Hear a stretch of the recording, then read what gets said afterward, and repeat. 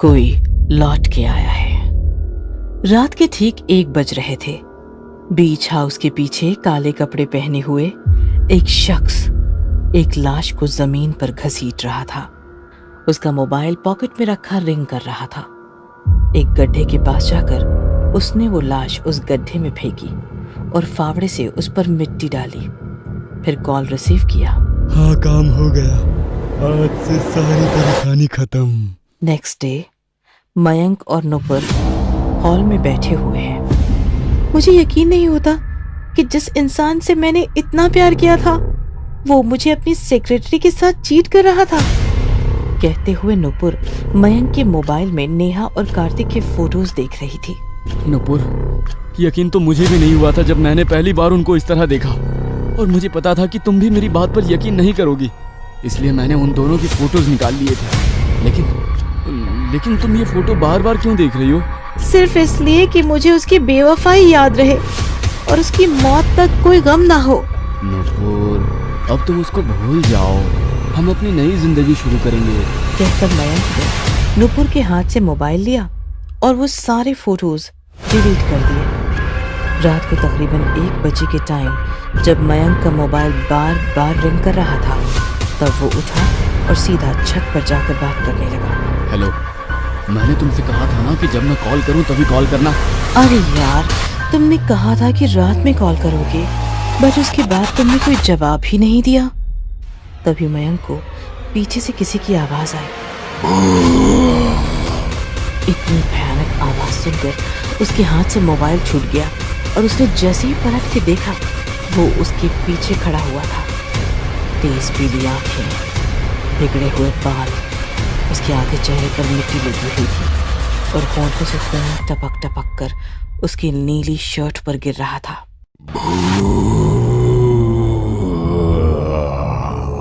उसने मयंक को अपने पास आने का इशारा किया। बचाओ, बचाओ! कहकर मयंक गिरता पड़ता वहां से भागा और सीढ़ियों से उतरकर नीचे पहुंचा। रात को तकरीबन 2 बजे के टाइम मयंक अपने कमरे में सो रहा था।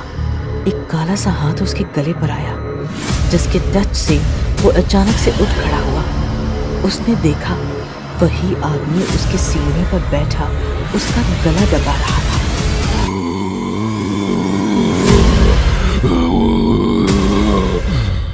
मयंक कांप उठा और उससे खुद को छुड़ाने लगा। बड़ी मुश्किल से उसके मुंह से चीख निकली।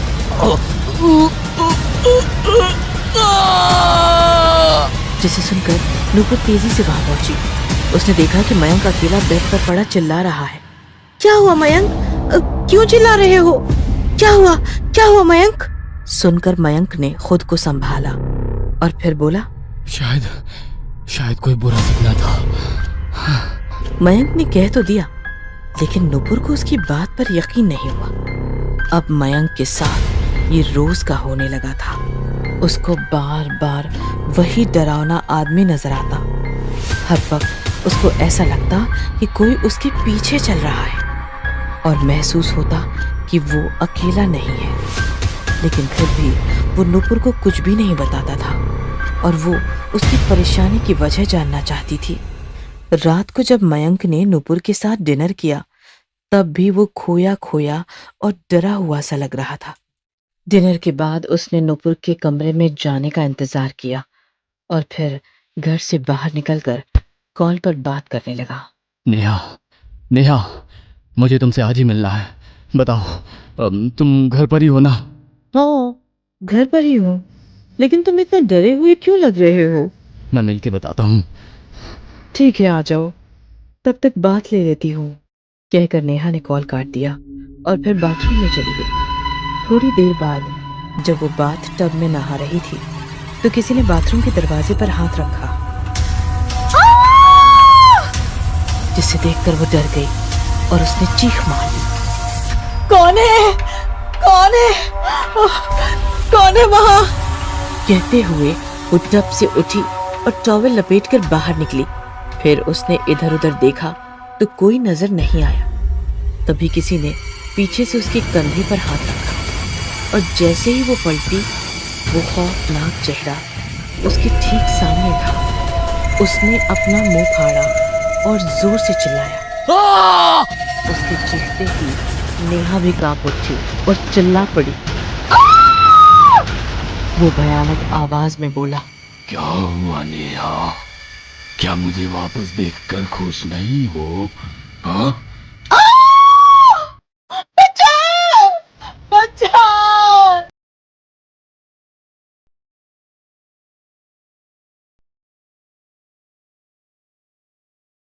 उसके बाद उसने नेहा का पैर पकड़ा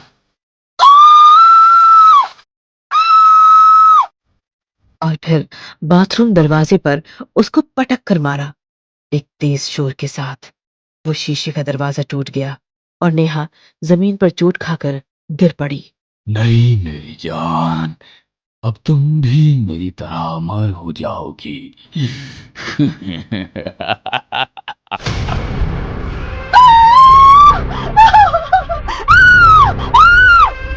उसने नेहा का गला पकड़ा और फिर जो कांच का दरवाजा आधा टूट चुका था उस पर नेहा की गर्दन तेजी से रगड़ डाली।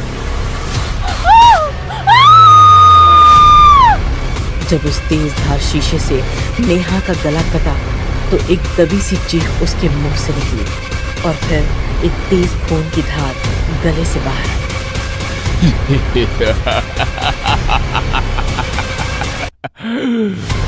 अब नेहा की लाश बाथरूम के दरवाजे के पास पड़ी और खून बहकर जमीन पर फैलता जा रहा था। मयंक थोड़ी देर बाद वहां पहुंचा। उसने देखा कि दरवाजा लॉक नहीं है तो वो उसे खोलकर अंदर गया। सामने नेहा की लाश बुरी हालत में पड़ी हुई देख उसके होश उड़ गए। उसकी धड़कनें तेज तेज चलने लगी।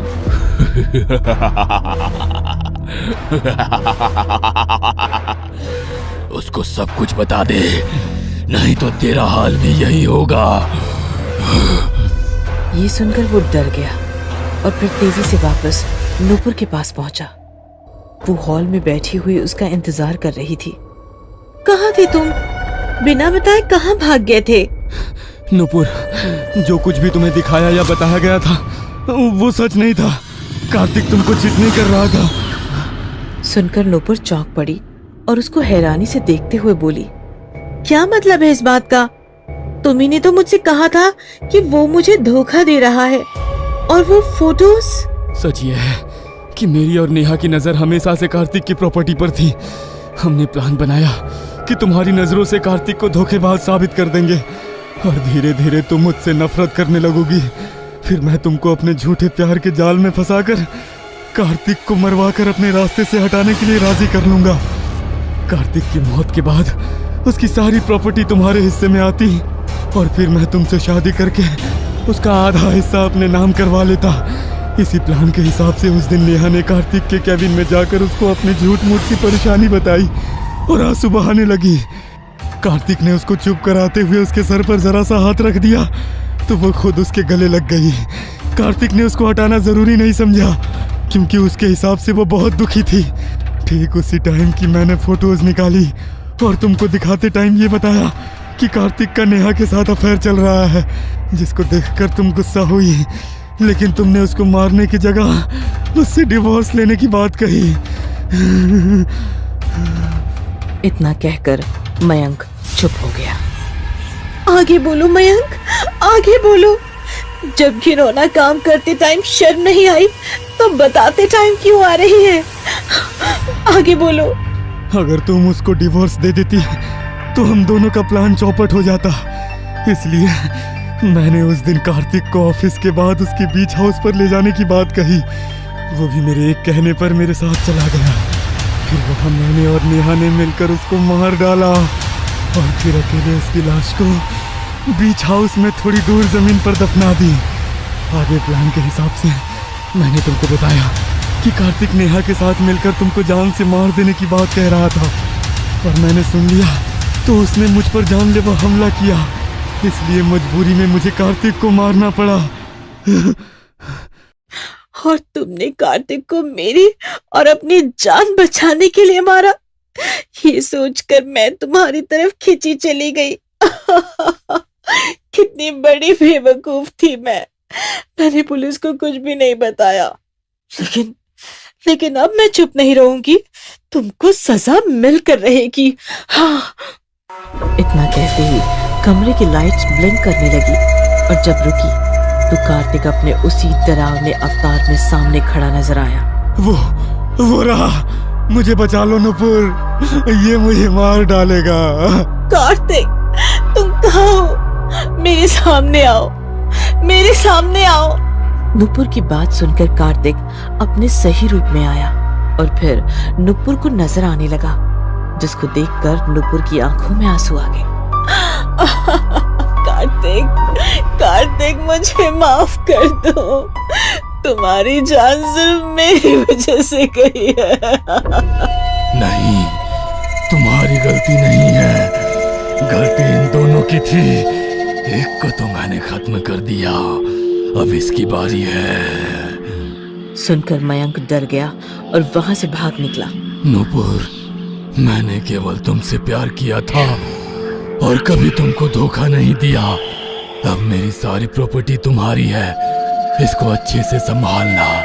मैं भी अब बस अपनी आखिरी काम कर दूं, उसके बाद तुम मेरी बॉडी को निकाल कर उसका अंतिम संस्कार करवा देना।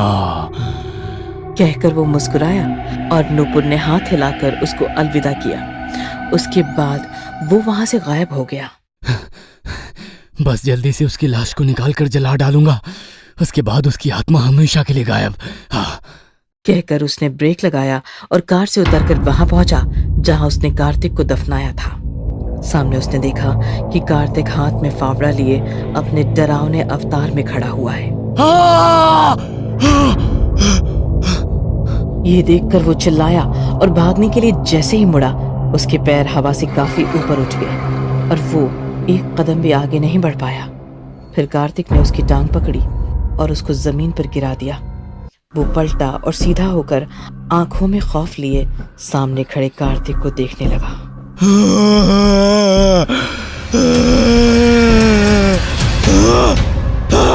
कार्तिक ने एक भयानक आवाज करते हुए फावड़ा सीधा उसके पेट में मार डाला। उसका पेट फट गया और उससे अतलियां निकलती हुई बाहर आ गई। फिर कार्तिक उसकी लाश पर खड़ा होकर जोर जोर से हंसने लगा।